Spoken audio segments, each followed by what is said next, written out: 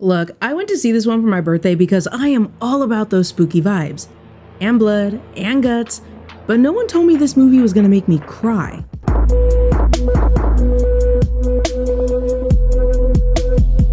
As I've been putting this review together, I have been bugging myself because I keep calling this movie The Black Phone 2 when it's just Black Phone 2. So if I call it The Black Phone 2 at all in this video, please ignore it.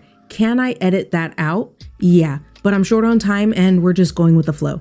So I remember really liking the first movie, but I did only see it once in theaters, and you guys, I rewatched it and I was hollering. There was one jump scare that really got me. Thank goodness I was watching it at home, but that's beside the point. I really liked the first movie, so going into Black Phone 2, I was eager to see how the story was going to progress, and I was curious if it was going to be as good as the first. If you're wondering the same, we're going to talk about it, but consider this your spoiler warning for the Black Phone. All right, let's get into it. Bad dreams haunt 15-year-old Gwen as she receives calls from the Black Phone and sees disturbing visions of 3 boys being stalked at a winter camp. Accompanied by her brother Finn, they head to the camp to solve the mystery, only to confront the Grabber, a killer who's grown even more powerful in death. We already knew that this movie was going to be dark and unsettling, but surprise, surprise, what I did not expect was to cry. There's so much this movie gets into, and this is where we would usually talk about how the movie explores trauma, inherited pain, and grief. But my mental health has been up and down lately, so instead of getting into all that heavy stuff, we're going to talk about other heavy stuff. We're going to talk about the family a little instead. I think what really makes Black Phone 2 hit harder is how it takes the horror we loved in the first film and transforms it into something so emotional. Now, I'm not saying the first one didn't have the emotion and the family bond, especially between Gwen and Finney, but this time around, it's dialed to 11. Their bond is what saved Finney when he was kidnapped in the first film, and this time around, it's that same bond that becomes their greatest strength. Instead of facing their trauma alone, they get through it together. Black Phone 2 picks up 4 years later, and we're seeing the aftermath. Finney is struggling, he's angry, closed off, and haunted by what happened to him. Gwen is struggling with her visions, and their father is trying to be supportive. On top of all of that, the Grabber is back. This time, his spirit is like a physical manifestation of the trauma they've carried with them. This isn't just a story about these kids being terrorized. I mean, it is, but it also explores how healing isn't easy and how confronting your past is part of the journey. It shows how love, forgiveness, and family can turn the dark corners of our past into strength. Now, this is the point in the episode where we talk about triggers, and there is a lot involving children and teens, so I did want to take a moment to talk about it. This includes graphic and intense violence, child peril, trauma-related kidnapping, abuse, substance use, suicide, and alcoholism is referenced. Black Phone 2 also shifts to a supernatural, dream-based kind of horror. Starting at the top, extreme violence against children. This includes stabbing, drowning, dismemberment, and more. It is all graphic. But I don't want to spoil anything, but the moment that caught me off guard was clearly CGI. So just keep in mind, it's just a lot of gruesome imagery, and the gore and blood, it does take a step up from the previous film. Touching back on the supernatural, the movie does maintain a pretty high level of intensity throughout. There are plenty of jump scares. That got me. Yeah, all the jump scares get me, I know. As well as Gwen's visions being prominent throughout. So we're seeing a lot of the children that have passed, as well as the line between reality and nightmare being blurred. As always, I do try to include what I think could be upsetting, but there is more that this movie deals with. So please do your own research if you feel like you need to, and make sure you're in a good headspace before watching. While the triggers can be pretty intense, I think that's part of what makes this movie work so well. The tension and unease, it doesn't let up for long, and this really keeps you on the edge of your seat. The movie is unsettling in terms of the vibe and the visuals. Everything from the lighting to the color palette feel cold and heavy. Speaking of visuals, I love the use of Super 8 film for the dream sequences. Not only does it add to the atmosphere, but it gives those moments an eerie quality.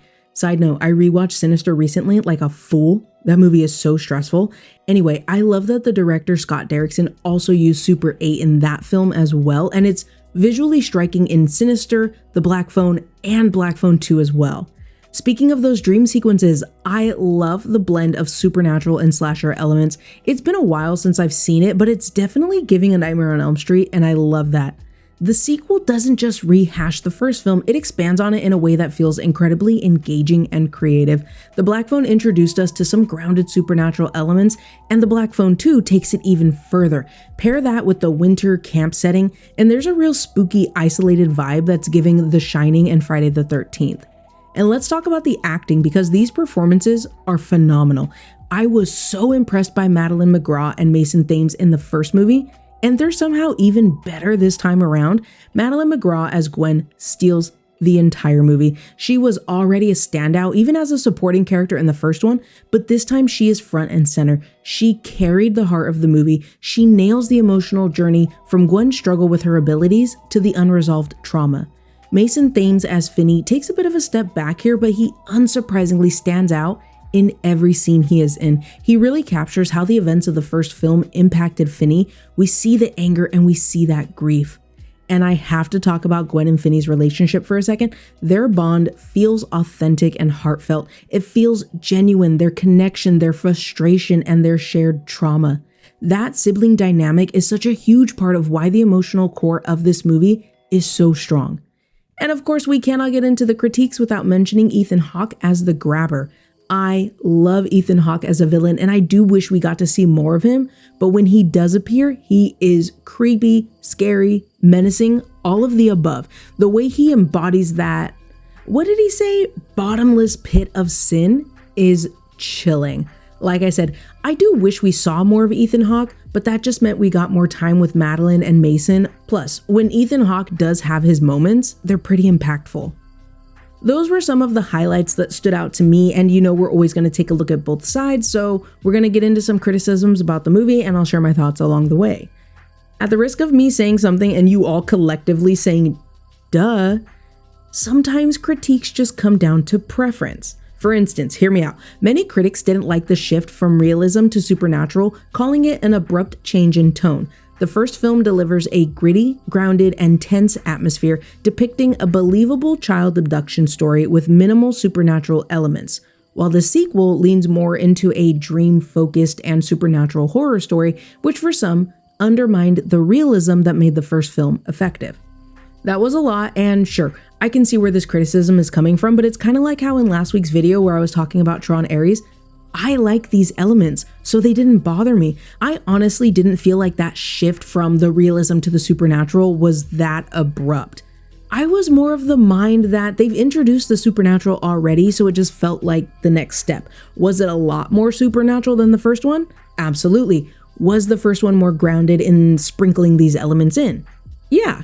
But I also love these elements, so it didn't drag the movie down for me. This next critique I thought was interesting because some critics felt that giving the Grabber more of a story diminished the mystery that made him so frightening in the original. And sure, part of what made him scary was how much we didn't know about him. He's just a very unpredictable, very human evil. This time, he's a vengeful spirit with a story that is less grounded and scary? Motive or not, human or not, this man is still out here killing children. He's still frightening. I mean, I don't know. Then there's the question of whether this movie needed to exist at all. I'll be honest, when I was rewatching the first movie with my honey, I kind of felt that too. The Black Phone is a fantastic movie. I love the story and I love how it ended. But we got a sequel and I'm not mad. We get to see more. We get to see the fallout from the first film and how those events reshaped this family. Plus, I think the sequel excelled in these things. It expands the story rather than recycling it, so it feels justified. However, if the movie wasn't as strong, I would be agreeing more with this critique. Finally, one thing we didn't really get into yet is religion. Some people found this movie to be heavy-handed and preachy. The first film had Gwen praying and talking to Jesus, but in the sequel, religion is even more direct, showing her compassionate faith contrasted with characters that represent a more restrictive and judgmental brand of religion. For some, it was unnecessary and distracting, but I felt like it was kind of like the supernatural elements, like it was the next step and just expanding more on these ideas. Side note, I will say I remember thinking the religion in The Exorcist Believer was more heavy-handed and preachy. I have only seen the movie once. It has been a while, but I do remember that standing out for me. All right, is The Black Phone 2 worth your time? Absolutely. I think if you love the first one and don't mind more of a heavy hand when it comes to the supernatural, like the grabber returning, the dream sequences, and all those ooky spooky elements, then you're going to enjoy this movie. The sequel builds upon what came before, exploring the lingering trauma of the characters and expanding on the lore in interesting ways. The tension is there, the atmosphere is still scary, the score is solid, and yeah, you're getting so much more blood and guts. Also, I noticed when I went to the theater there were quite a few young people in the audience, so maybe that coming of age mixed with the slasher tropes was appealing. There's also that A Nightmare on Elm Street and Friday the 13th vibe, so fans of those might like what The Black Phone delivers. Now, who's probably not going to like this one? First of all, if any of the triggers are upsetting, then maybe skip this one. Beyond that, if anything we talked about in the critique section caught your attention, if you prefer your horror grounded and more realistic, then the heavier lean toward the supernatural could disappoint. If you don't like when a villain's mystery gets explained, the grabber does get more of a backstory here, which kind of ruined that mystery some people loved in the first movie. And if the religious themes aren't for you, because faith does play more of a bigger role. While I didn't think it was heavy-handed, others did. I have to add that if you did not watch The Black Phone, I don't know who is out here watching sequels and stuff without watching what comes first. Y'all are stronger than me because I would be so lost and completely confused. If this is you, bless your heart. And you can probably argue that you can watch this movie without seeing the first one, and I ain't gonna fight you on that. You do you. But I gotta say that you'll probably miss the emotional weight of the story without the context of the first movie. However, I can say that the movie does really get into the characters' past trauma and family history, but you'll still be missing out on a lot. Alright, you guys, a huge thank you for hanging out with me to the end of the episode. If you enjoyed hearing my thoughts on Black Phone 2, hit that subscribe button so you don't miss the next video. Last time I talked about Tron Ares and I didn't hate it, you guys. I also talked about Shin Godzilla over on the podcast, which is finally coming to YouTube, along with an extra treat next week just because I'm excited it's Halloween.